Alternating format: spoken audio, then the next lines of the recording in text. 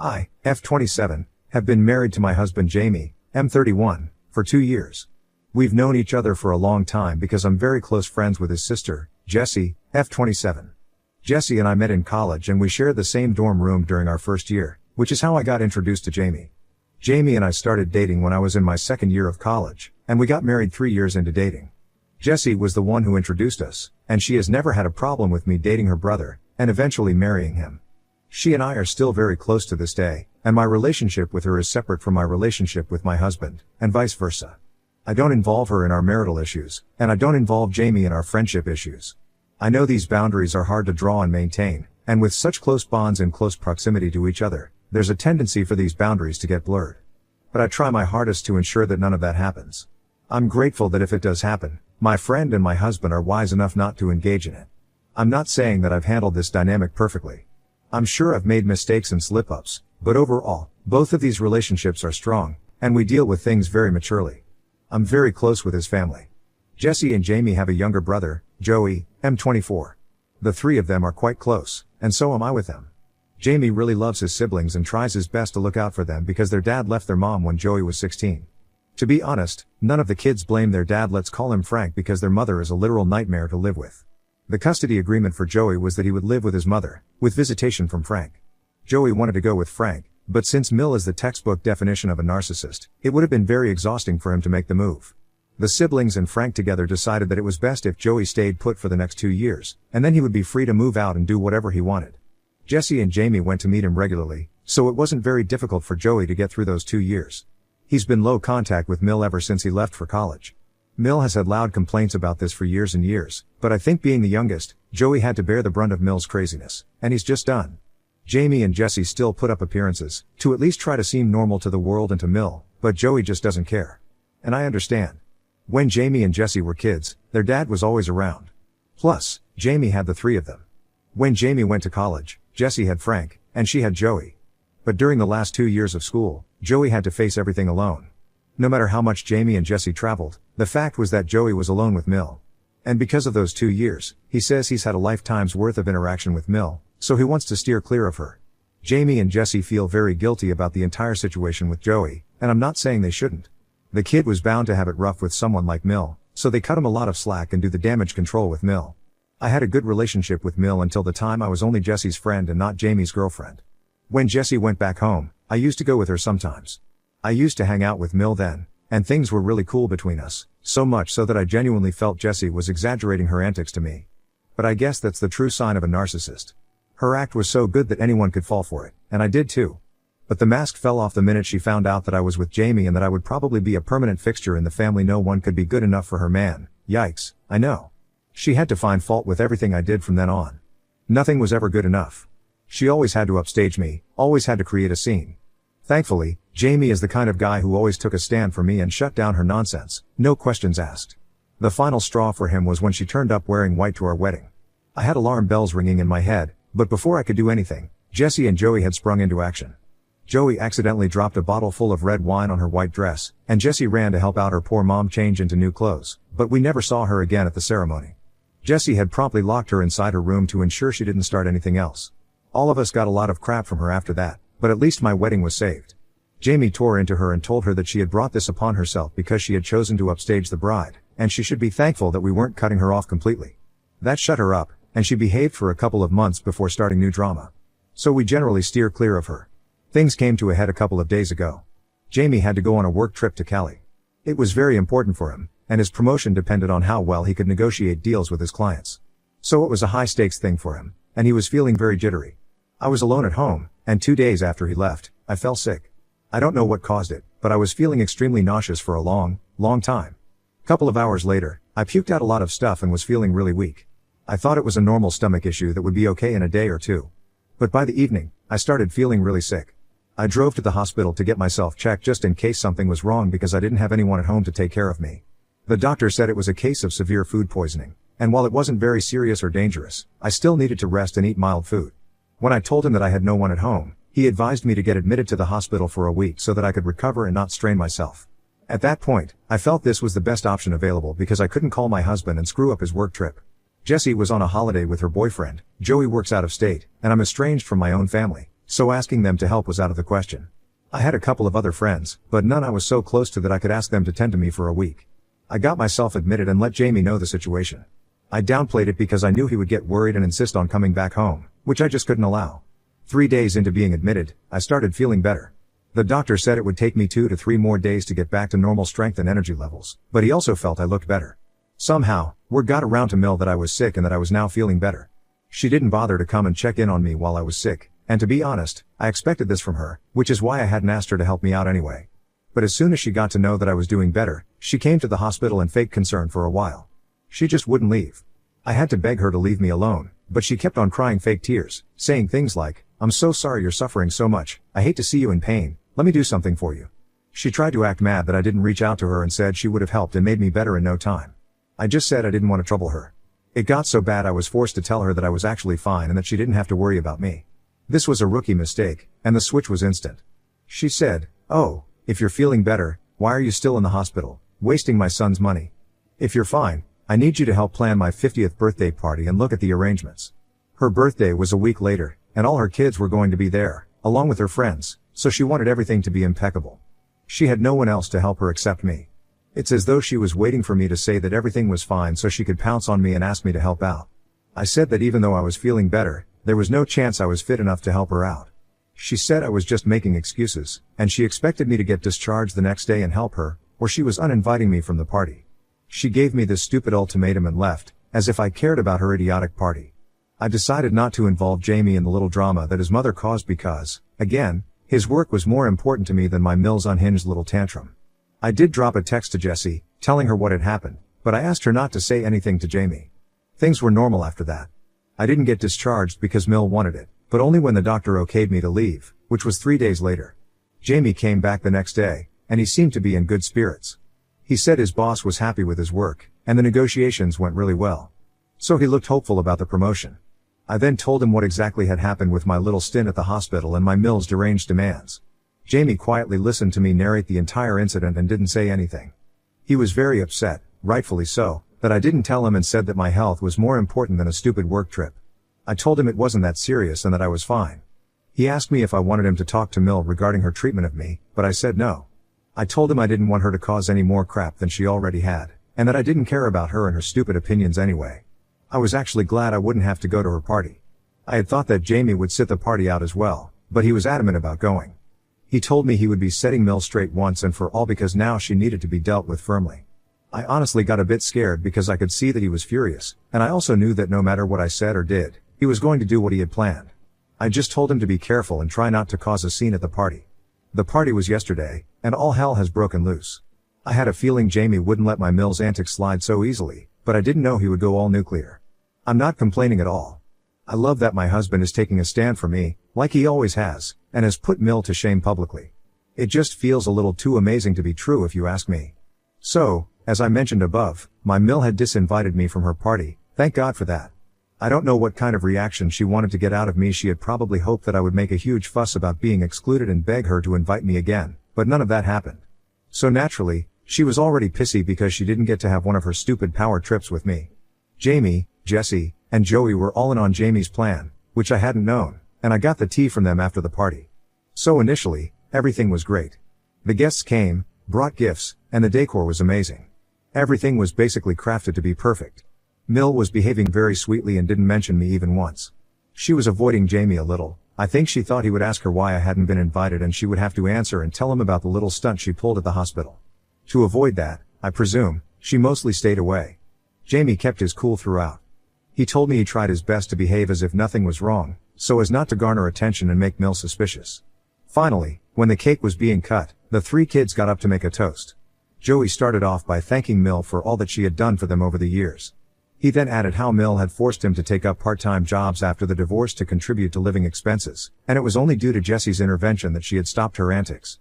When he said that, there was an uncomfortable silence.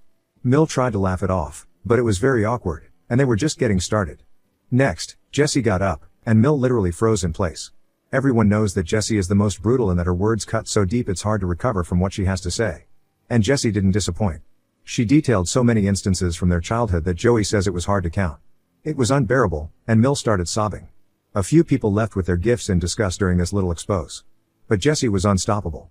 And she finally came to the hospital drama that Mill had started. She told the guests that the reason I wasn't at the party was because I had been uninvited. And the reason for that was that Mill couldn't digest the fact that her sick and hospitalized Dill was not in the shape or health to do the running around for her godforsaken party. There were so many gasps in the crowd according to them, and Jessie was smug from the dramatic effect that she got.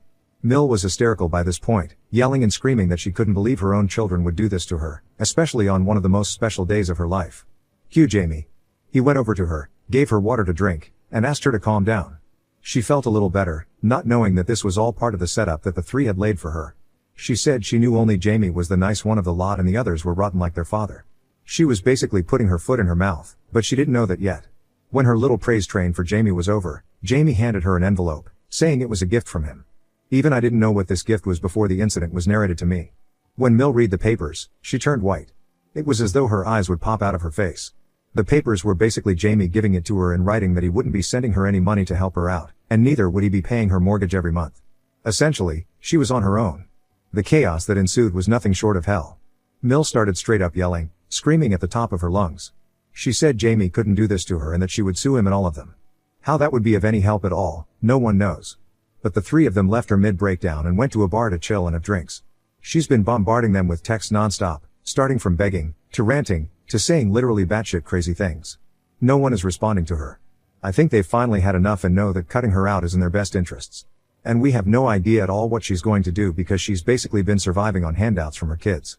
Jamie pays the mortgage for her house, Jessie sends her an allowance for groceries and electricity, and Joey gives her some money for other utilities like gas. She claims that she works, and it's good for her if she does because if she doesn't, God alone knows what's going to happen, because all this money is going to stop. She keeps saying she'll apologize to me if that's what it takes to get things back to normal. She doesn't realize that what she did to me wasn't the reason why this blow-up happened. It was just the last straw on the camel's back, and everyone had had enough. This was their breaking point, and now there's no going back. I know them really well, Joey not so much, but I have a fair idea of how he thinks too. They're done, and good for them. I'm so proud of all three for finally putting an end to her toxicity. Had it been left to me, I would have done it years ago, but I never pushed for anything because, at the end of the day, she's their mother, and I wouldn't want to ruin that relationship, especially since I'm estranged from my mother. But this was entirely their call, and I know it had nothing to do with me, so at least I'm not guilty. Let's see what happens next because I know Mill isn't going to take this sitting down. She's going to come back because she has no other option, frankly. She was surviving, literally, because of her children, and without their help, she can't afford half the luxuries she presently does. It's going to be a fun ride from here on, and I can't wait to see her imminent downfall. I have my popcorn ready, things just need to get moving. Update 1, oh shit has hit the fan. It's been a month since Mill's birthday, and everyone is still no contact with her. She, however, doesn't understand this because she's been trying every trick in the book to get the kids to talk to her again. She keeps on calling, texting, and even sending emails. Jamie said that they should all block her, but that would be too extreme of a step. She might need help and assistance for medical or health reasons, and we can't completely shut her out. That's the only reason why channels of communication are open with her, but she probably feels that if she's allowed to text, she'll one day be able to wear their resolve down and bring things back to normal, or rather, whatever her version of normal is.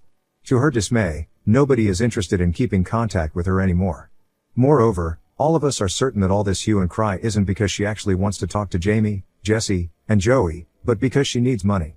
According to Joey's estimates, with the money they were giving her, she should have enough saved to last her a couple more months, but by then, she'd really need to either downsize or land a job that would pay her a lot. Added to this is the fact that no one really knows whether she actually works or not or has been lying to us all the way through.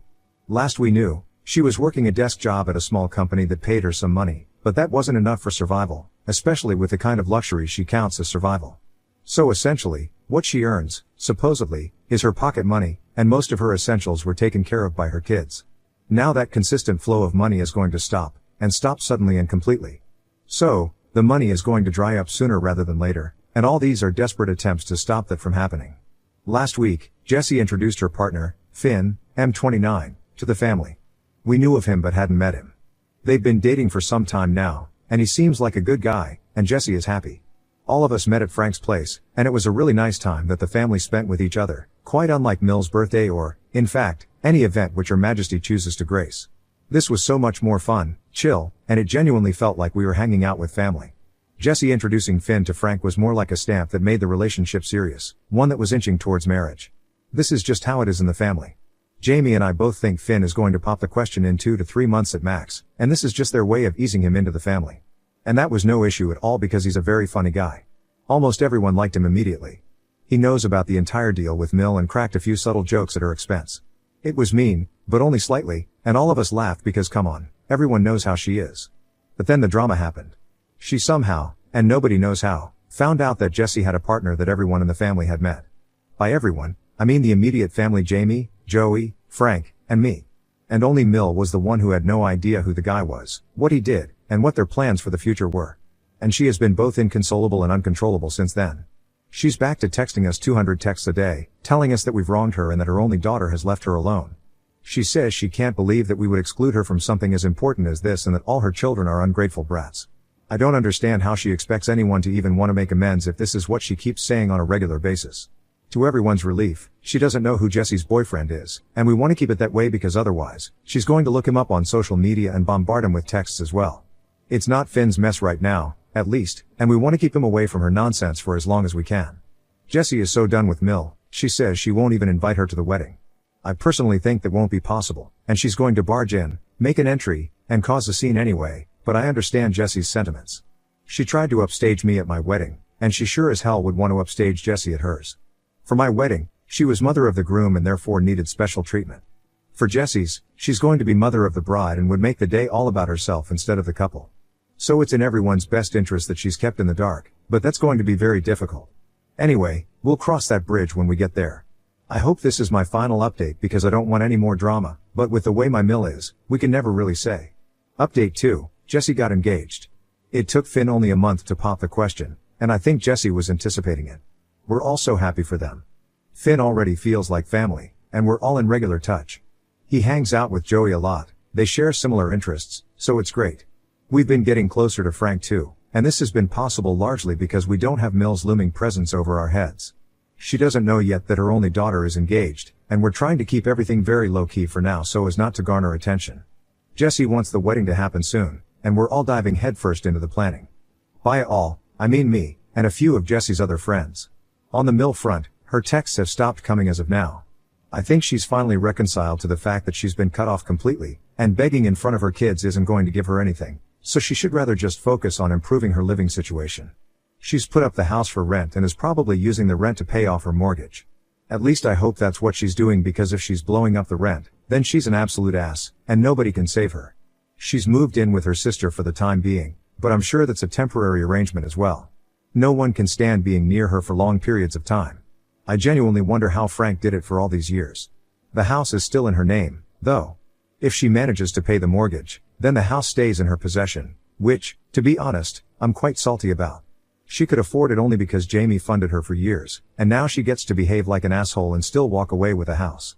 Seems quite unfair to me, but it is what it is, and I can't help it. But as long as she stays away and doesn't cause any more problems, she can have the house to herself. The peace of mind of the family is much more important than that house anyway. Update 3, Mill found out about Jessie's engagement. Word somehow got to her sister, and now she knows as well. We tried to be as discreet as possible, but news like this has a way of spreading, I guess. But Jessie is sick and tired of her nonsense now. She's already stressed about all the wedding planning, and she can't handle Mill on top of this. So the minute that Mill sent her a scathing text about keeping poor old mum in the dark, Jessie called her up and tore a new one into her. She told Mill in no uncertain terms that the omission on her part was deliberate because she didn't want Mill to be a part of the celebrations. And she also told her that she wouldn't be invited to the wedding, whenever it happens. Jessie said she was sick of her antics, and she knew that Mill would try to pull off a stunt like she had done during my wedding. Jessie was furious, and it was as though she was unloading years of pent-up anger. I don't think she even allowed Mill to get in a single word, not that I blame her. Her victim complex can make anyone want to puke. I think the reality check was much needed, and if Mill has even a shred of self-respect, she's going to stay away. Jessie was downright rude, and that was required because there's no other way to make Mill understand that we're exhausted, and we don't want her near us. Jessie has blocked her and asked us to deal with any emergency with Mill, and that she will unblock her only after the wedding. I think the Mill situation is finally over, and we can all look forward to the next chapter for the family.